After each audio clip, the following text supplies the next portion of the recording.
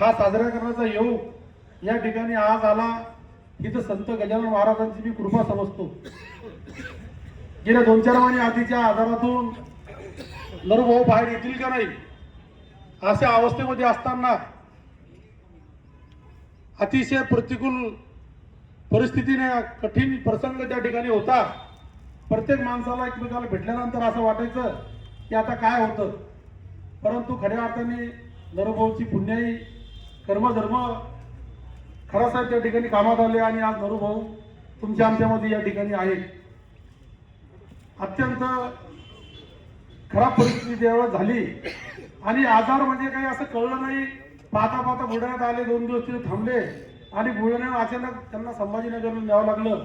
तेव्हा खरंच बऱ्याच लोकांना असं वाटलं की बा संभाजीनगरला नेण्यासारखा आजार झाला तरी काय, परंतु त्या सर्दीच्या याच्यामध्ये वाढत वाढत गेला आणि कफ होऊन त्या ठिकाणी त्याचं रूपांतर मोठ्या याच्यामध्ये झालं आणि लिमोनियामध्ये झाल्यामुळं खऱ्या अर्थाने लिमोनियासारखा आजार हा अत्यंत गंभीर आहे, जो कळत नाही आणि कळतो तेव्हा शेवटच्या स्थितीला माणूस राहतो।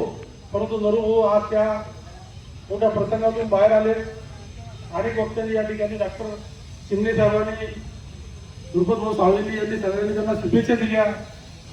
राहिलेल्या इच्छा अपेक्षेच्या आकांक्षेच्याही शुभेच्छा दिल्या होतो त्यांनी, म्हणजे आणखी 4 वर्ष लढत राहा आणखी पुन्हा लोकसभा येईपर्यंत असंही त्यांनी सांगितलं। पण मला असं वाटतं की दोघं जर आपल्या सोबत असते तर नक्की आज खासदार म्हणून आपण या ठिकाणी सत्कार केला असता। दुर्दैवानं तेव्हा दुर्पदभाऊ आपल्या सोबत नव्हते मला वाटतं आणि शिंदे साहेब तर नव्हते, आणि ते जर दोघं नक्कीच असते नरेश भाऊ या ठिकाणी त्यांचा खासदार म्हणूनच आपल्याला या ठिकाणी उल्लेख करायला लागला असता आणि एवढ्या कमी मताने त्या ठिकाणी आपला हे झाला नसता। शिंदे साहेबांनी खरंच प्रयत्न केले महाविकास आघाडी म्हणून या ठिकाणी जिल्ह्यातल्या सगळ्या काँग्रेस, राष्ट्रवादी, शिवसेनेच्या लोकांना एका ठिकाणी आणून काही ठिकाणी तो प्रयत्न सक्सेस झाला, काही ठिकाणी नाही झाला। काही ठिकाणी आपल्या लोकांना त्यांनी काही खंत व्यक्त केली येताना नरभाऊ बुलढाण्यात येताना, ती तुम्हाला सांगाल ती आता निवडणुका लागल्यानंतर काही ठिकाणी होतं मेकरमध्ये त्यांना जागा मिळाली नाही, बुलढाण्यात काही तिथं उमेदवार टाकले गेले, काही ठिकाणी सिंदखेडराजे झालं, काही ठिकाणी त्यांनी म्हणले मी खूप प्रयत्न केले बा सगळ्यांना एका ठिकाणी आणायचा आणि तुम्हाला मेकरमध्ये मी बिनशर्त पाठिंबा दिला, म्हणून सर तुमच्या पाठिंबामुळे झालं। आणि खरंच किशोर भाऊ आज तुम्ही या ठिकाणी अध्यक्ष आहात, मला तो प्रसंग आठवतो। खरंच साहेब तुम्ही जर आमदार आता झाला, तुम्ही तेव्हा नव्हताही, पक्ष फुटल्यानंतर पहिला मेळावा आम्ही मेकरमध्ये लावला आणि मेकरच्या मेळाव्यामध्ये किशोर गाडवेला बोलवण्यासाठी 4 माणसं गेले। त्यांचं चालू होतं स्टेजवर जायचं का खाली बसायचं, खाली बसायचं का कार्यक्रमात जायचं की नाही जायचं, परंतु त्यांनी तेव्हा निर्णय घेतला बरोबर आहे आणि निर्णय घेऊन ते थेट स्टेजवर आले आणि स्टेजवर आल्यामुळे आज किशोर भाऊ तुम्ही नगराध्यक्ष झाले। नक्कीच तुमचं सन्मान आणि तुमचं स्वागतच आहे। जर तिकडे थांबले असते तर कदाचित मागच्या वेळच्या पराभवाचं वचपा आपल्याला घेता नसता आला, परंतु भास्कर भाऊच्या वचपा आपल्याला यावेळेस घेता आला आणि तुम्ही जो निर्णय घेतला पक्ष फुटीनंतर आमच्या सोबत येण्याचा तो सार्थकी झाला। गजानन भाऊ खरा साहेबाचं नशीब उजवलं, देश उजवलं, नरभाऊला तिकीट मिळालं, संधी नाही मिळाली, पण माझं नशीब मी फडफडून मिळालं।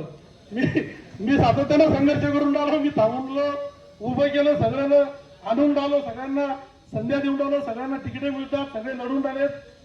नरभाऊ नेहमी म्हणतात किंवा लोक म्हणतात की तुम्ही जनतेच्या मनातले खासदार आहे, आम्ही जयश्री ताईला म्हणतात जनतेच्या मनातले खासदार, मला म्हणतात आमदार, आणि तुम्ही तेव्हा निवडणूक लढतच पडले म्हणतात, मला तसं मला हरकत नाही।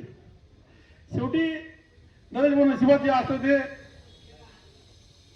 मिळतं आणि जे नशिबात असेल तेच आपण घ्यावं, काम करत राहावं, कर्तव्य प्रामाणिकपणा सोडला नाही नरेश भाऊ, अरे सोडायचा नाही ना, आपले नंबर 1 चे धंदे नाही, नंबर 2 चे नाही, त्याच्यामुळे काही भानगडीचं कामच नाही। आमदार साहेबांना काही आवश्यकता नाही काही बा सत्ता आणि सरकारची मदत लागते म्हणून का दिलीप भाऊ, त्याच्यामुळे जे आहे ते संघर्ष चालू ठेवायचा आणि आपल्यामुळं जे होत नाही आपण हे झाड वाढीला लावलं आणि आज आपण इथं हे ठेवल्यामुळं आज खरा साहेब आमदार झाले, नरभाऊ थोड्या वेळानं गेले, जयश्रीताई त्या ठिकाणी आमदार झाले असते पण थोड्या वाजता त्या ठिकाणी गेले, आज किशोर भाऊ या ठिकाणी नगराध्यक्ष झाले आणि नगराध्यक्ष अशा ठिकाणी झाले त्यांनी सांगितलं कोणता गडगडून टाकलं त्या ठिकाणचे अशा ठिकाणचे, आणि त्याचं श्रेय खराब साहेब खऱ्या अर्थाने तुम्हाला आहे।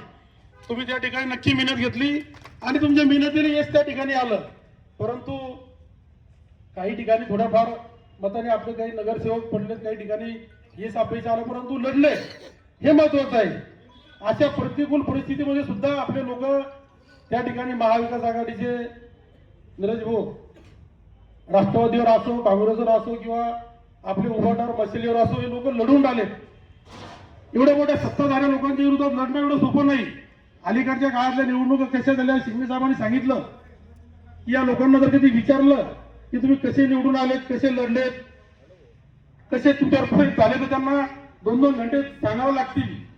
खऱ्या अर्थाने अलीकडच्या काळात येणाऱ्या निवडणुका अत्यंत कठीण आणि गंभीर होणार आहेत. आमदार साहेब येणाऱ्या काळातल्या निवडणुकाही आपल्याला जर खऱ्या अर्थाने त्या ठिकाणी लढायची आणि जिंकायची असेल तर त्याचं नियोजन, त्याचं प्लॅनिंग आपल्याला आतापासून करावं लागेल. तालुका वाईज बैठका घ्यावं लागेल, तालुका वाईज कार्यकर्त्यांना या ठिकाणी हिंमत द्यावं लागेल, बळ द्यावं लागेल आणि त्यांना आतापासून कामाला लावावं लागेल. अनेक ठिकाणी आपली महाविकास आघाडीच्या बैठका होता दत्ता भाऊ, काही ठिकाणच्या लोकांच्या वार्डाच्या जेवणासाठी बैठका आटपेल होत्या. म्हणजे ते 6-6 महिन्यापासून नियोजनच होते. आणि आपल्या चालू आघाडीच्या बैठका, जागा वाटप, तोडगे, मग इतक्या घ्या, तितक्या राहा द्या, हे करा, जे काय करायचं असेल ते निवडणुका लागायच्या पहिले घ्या आणि ज्या लोकांना लढवायचं असेल त्यांना आतापासून कामाला लावा. नरेंद्र भाऊ तेव्हा खऱ्या अर्थाने रिझल्ट येतील. नाही तर वेळेपर्यंत कार्यकर्त्याला वेळेवर तिकीट भेटलं की अत्यंत फसगत होते. आज खरं तर तो विषय नाही. आज विषय आहे नरूभाऊच्या आनंदाचा, वाढदिवसाचा. 63वा वाढदिवस आपण या ठिकाणी त्यांचा साजरा करतो. नरूभाऊ या ठिकाणी 75च नाही तर नक्कीच 100वा वाढदिवस त्या ठिकाणी साजरा आपण करणारच आहे. सावळे साहेबांना तुम्हाला शुभेच्छा दिल्या जसं की आम्ही राहणार नाही, पण तुमचं 100वा होईल. आणि जबाबदारी यांच्याकडे दिली नंदू कराडेकडे. त्यांनी सगळे फोटोवर मला नंदूबाईचे फोटो दिसतो. त्यांनी सांगितलं की मी महाविकास आघाडीचे. आता आम्हाला घरी म्हटली की ते महाविकास आघाडी आहे, म्हणजे आता लोक ते आहे का नाही आम्हाला समजत नव्हतं.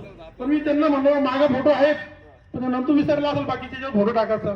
आणि ते सगळं खापर फुटलं नंदूवरच. हरकत नाही. नंदू भाऊ आपण त्यांना सांगू की तुम्ही महाविकास आघाडीचे नेते आहेत. शिंदे साहेब आपले महाविकास आघाडीचे जिल्ह्याचे नेते आहेत, तसे तुम्ही बी सहनेते आहेतच आमचे. तुम्हाला आम्ही नेत्याच्या स्थानीच मानणार आहेत, त्याबद्दल काही दुमतच नाही. पण नक्कीच आपण नरूभाऊचा येणारा वाढदिवस 75वा करू, 100वा करू आणि परत निरोगी आयुष्याच्या शुभेच्छा मी नरूभाऊ या ठिकाणी तुम्हाला देतो. बुलढाणा जिल्हा शिवसेनेच्या वतीनं देतो आणि सर्वांच्या वतीनं देतो.